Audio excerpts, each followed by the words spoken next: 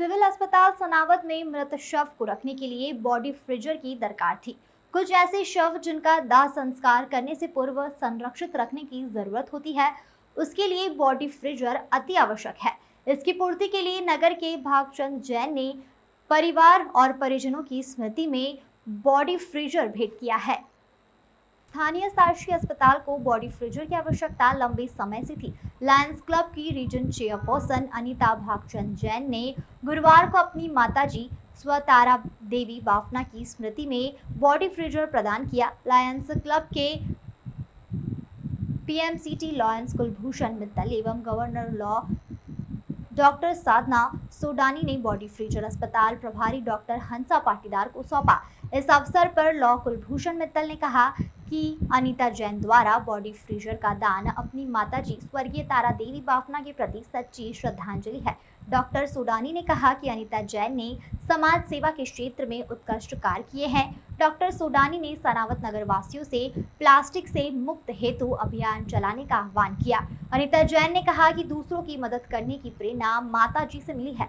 Doctor Patidar ने कहा कि अस्पताल में बॉडी फ्रीजर की वर्षों से आवश्यकता थी। शासकीय अस्पताल में शव का क्षय रोकने में बॉडी फ्रीजर बड़ा मददगार सिद्ध होगा और मृतक के परिजन के आने तक मृतक के शव को रक्षित किया जा सकेगा। डॉक्टर को लॉ डॉक्टर जेपी चौहान एवं लॉ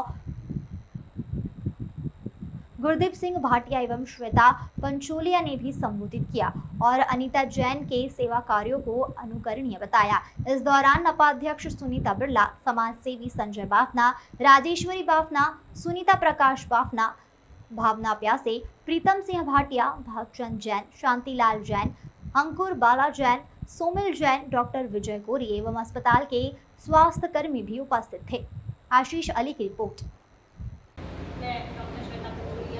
आप सभी का इस अवसर पर स्वागत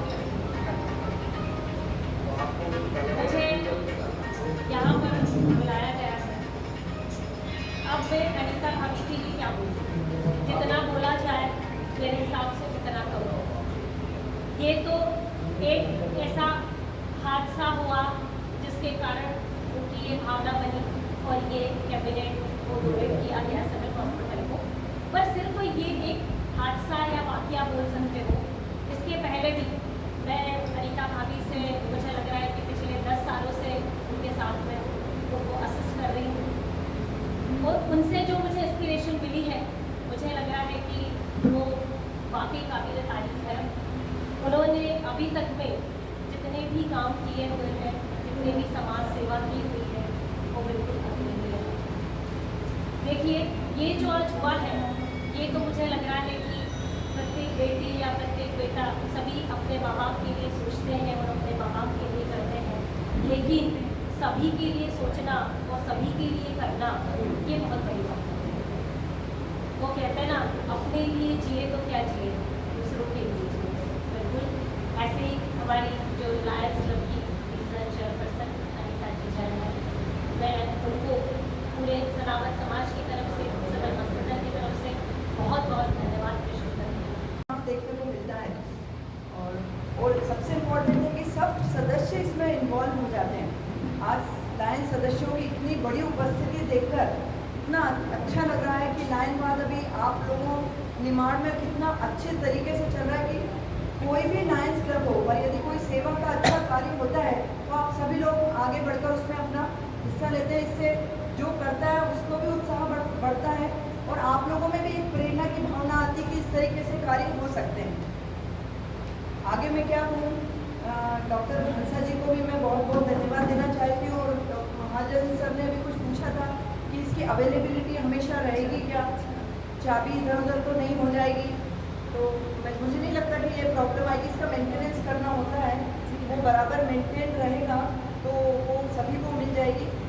आते आते मैं कुछ बातें सोचती हुई आ रही थी। रास्ते में जो निर्माण का दृश्य दिख रहा था, तो सब जगह सब कुछ अच्छा है। हम पर्यावरण पर भी बहुत ध्यान देते हैं, प्लांटेशन भी बहुत अच्छा करते हैं, पर अभी एक प्रॉब्लम अभी सब जगह है, वो यहाँ पर भी वही है कि हर जगह मुझे प्लास्टिक का ढेर लगा पूरे रास्ते। जैसे मैं सनावद में घुसी, बड़वाह में घुसी, लायंस क्लब बड़वाह सिटी स्वागत करता देखते अच्छा भी बहुत लगता है, पर फिर जब वहाँ पर प्लास्टिक के ढेर लगे रहते हैं और ये लगा रहता है, तो कुछ अच्छा भी नहीं लगता।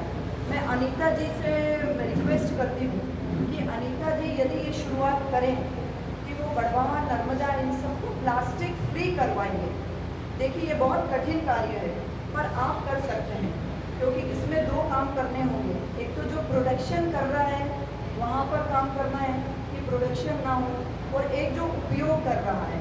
ज़्यादातर हम काम वहाँ कर लेते हैं कि जो उपयोग करता है उसको कुछ थैलियाँ दे देते हैं, कुछ दे देते हैं, थोड़ी दिन में दी नहीं दी, फिर उसने अपना काम शुरू किया, और वो जो गरीब सब्जी वाले होते हैं, जो भी होते हैं, उनके पास कोई ऑप्शन बचता नहीं है, तो वो प्लास्टिक की थैलियाँ ही यूज़ कर लेते हैं।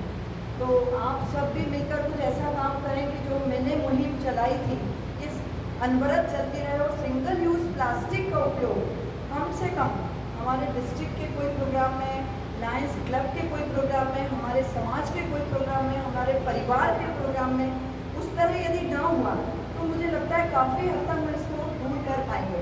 लगा है मम्मी ठीक है, मम्मी ठीक हो जाएगी। शाम को जब फ्लाइट का टिकट हुआ, जब मैंने व्हाट्सएप ऑन किया तो हमारे अपना ग्रुप में मम्मी का फोटो डला हुआ था।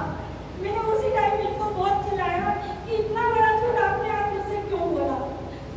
तो कुछ मजबूरियाँ होती है तो नहीं बताई जाती है। इतना लंबा सफर था, मैं हो सकता उनके साथ सफर तय नहीं कर पाती, तो इसलिए उन्होंने मुझे बताना उचित नहीं समझा। और जैसे ही मैं इंदौर तक आई, उसके बाद सबके कॉल आ रही हो, कुछ ट्रैफिक की वजह से भी हम बहुत लेट हो चुके थे। हम 10:30 बजे करीब बड़वा पहुँचे। बड़वा पहुँचते ही 8:30 बजे जैसे डेट हुई, तो हो सकता है उनकी डेट बॉडी मुझसे झूठ बोलकर उठाई भी जा सकती थी, पर जो ये यहाँ पर पेटी रखी हुई है, उस पेटी की मैं बड़वा वालों की बहुत ऋणी रहूंगी जिंदगी भर। उन्होंने ये पेटी मम्मी के अवेलेबल कराई और मम्मी को पूरी रात उस पेटी में रखा, और मम्मी पूरी तरह से फ्रेश थी। और 8:30 बजे उनका दूसरे दिन 9 तारीख को सुबह 9 बजे संस्कारी तैयारियां शुरू की। तो मैं ये बड़वा वालों का और सभी का मैं दिल से धन्यवाद कहूँगी कि जो दान पेटी हमने यहाँ पर आज की है मैडम को, उसका आप भी अच्छे से उपयोग में लें, और यहाँ पर कुछ भी उसकी जिसको भी जरूरी लगे और जरूरी में उसका उपयोग से सब ज़्यादा से ज़्यादा लें। और हमारे द्वारा किसी भी परिवार को हमारे रिलेशन में यदि घर द्वारा लगती हो तो हम उसके लिए भी हम आपसे कॉल पे पेटी घर द्वारा मंगवा सकते हैं। ये आपसे हमारा अनुरोध रहेगा। निश्चित रूप से यह फ्रीजर समाज में उपयोगी रहेगा। जाने कब इस परिवार को आवश्यकता पड़ जाए कुछ कह नहीं सकते। समय कुछ भी भरोसा नहीं, समय का कुछ भी भरोसा नहीं रहता, जैसे मेरे साथ हुआ। माँ बहुत अच्छी तनाव को दान किया, उसके लिए समस्त स्टाफ की तरफ से हम लोग आभारी रहेंगे और यहाँ की जनता, क्योंकि यहाँ पे अक्सर डीकोडिंग फ्रीजर की जरूरत पड़ती रहती है। 3 दिन पहले ही एक्सीडेंट केस हुआ था, जिसकी बॉडी शिनाख्त नहीं हो पा रही थी, उसके परिजन उस तक पहुँच नहीं पा रहे थे, क्योंकि पता ही नहीं चल रहा था कि डीकोडिंग है किसकी। उस कंडीशन में हमने सनावत से डीकोडिंग फ्रीजर बनवाया, और उसके बाद जब भी उसके परिजन आए मिल गए तो वो जो भी डीकोडिंग फ्रीजर था वापस रिटर्न किया। तो अक्सर यहाँ पे ये मुश्किलें पड़ती है जब बॉडी शिनाख्त नहीं हो पाती है, क्योंकि आपको भी पता है कि डेड बॉडी 24 घंटे से ज़्यादा इन्फेक्शन चालू हो जाता है, दुर्गंध होती है, सड़न आती है। ये एक बहुत बड़ा उनकी तरफ से कंट्रीब्यूशन है सीरियसली समाज को। इसकी तरफ से मैं हमेशा इनके लिए धन्यवाद देती रहूँगी। और इन्होंने एक चीज़ बोली है कि जरूरत पड़ने पर हमारी तरफ से इनको वापस फ्रीजर के लिए दिया जाए।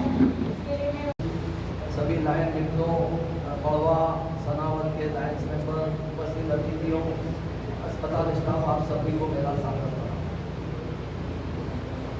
अनीता जी ने अपनी बात, मन की बात शुरू की थी। होता ये है कि जब परिवार का कोई बुजुर्ग जाता है तो वो अपना उत्तराधिकारी बनाता है।